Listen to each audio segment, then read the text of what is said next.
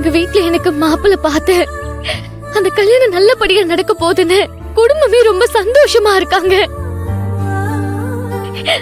ஆனா நான் மட்டும் சந்தோஷம் இல்லாம உன் நினைப்புல ஒவ்வொரு நிமிஷமும் செத்துக்கிட்டு இருக்கேன்.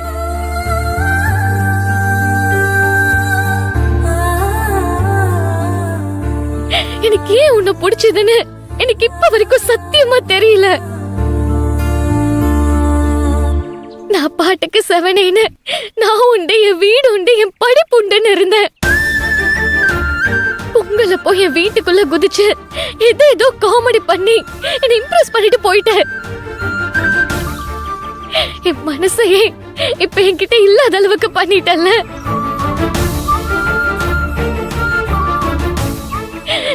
நானும் எவ்வளவுதான் என் ஃபீலிங்ஸ கண்ட்ரோல் பண்ண முடியும்?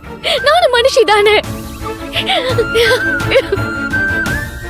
நீ உன் மனசுல இருக்கிறத சொல்றியோ இல்லையோ, நான் என் மனசுல இருக்கிறத சொல்லிடுறேன்.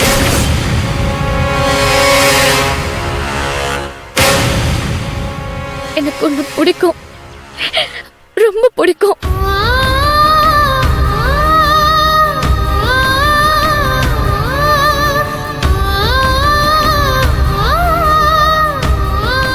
என்னாலே உங்களை மறக்க முடியாதுங்க. நீங்க இல்லாத ஒரு வாழ்க்கை என்னால நினைச்சு கூட பார்க்க முடியாதுங்க. ஏன்னா நான் உங்களை லவ் பண்றேங்க.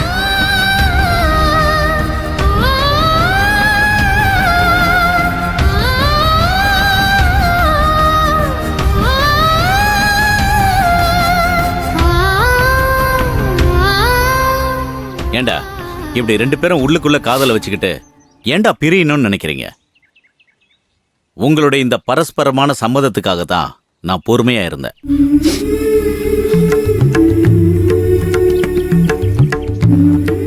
இப்ப நீங்க ரெண்டு பேரும் உங்க மனசுல இருக்கிற காதல சொல்லிட்டீங்கல்ல, இதுக்கப்புறம் நீங்க எதுக்கும் கவலைப்படாதீங்க. எவ்வளவு கஷ்டப்பட்டாலும் சரி, உங்க ரெண்டு பேரையும் சேர்த்து வைக்கிறது எப்படின்னு நான் யோசிக்கிறேன். அது வரைக்கும் ரெண்டு பேரும் அவசரப்பட்டு எந்த முடிவையும் எடுத்துறாதீங்க.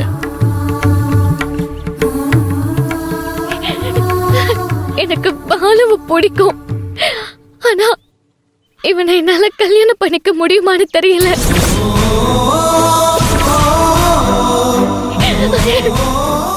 என்னம்மா நீ இப்படி சொல்ற? ஆமா, எனக்கு என் குடும்பத்தோட சந்தோஷம் கெட்டு போறதுல விருப்பம் இல்ல. அவங்க பாத்திருக்கிற பையனை கல்யாணம் பண்ணிட்டு நான் செத்து கூட போறேன். ஆனா என் குடும்பத்தை நான் ஏமாத்த விரும்பல. சாரி. ஆனந்தி, ஆனந்தி, ஆனந்தி.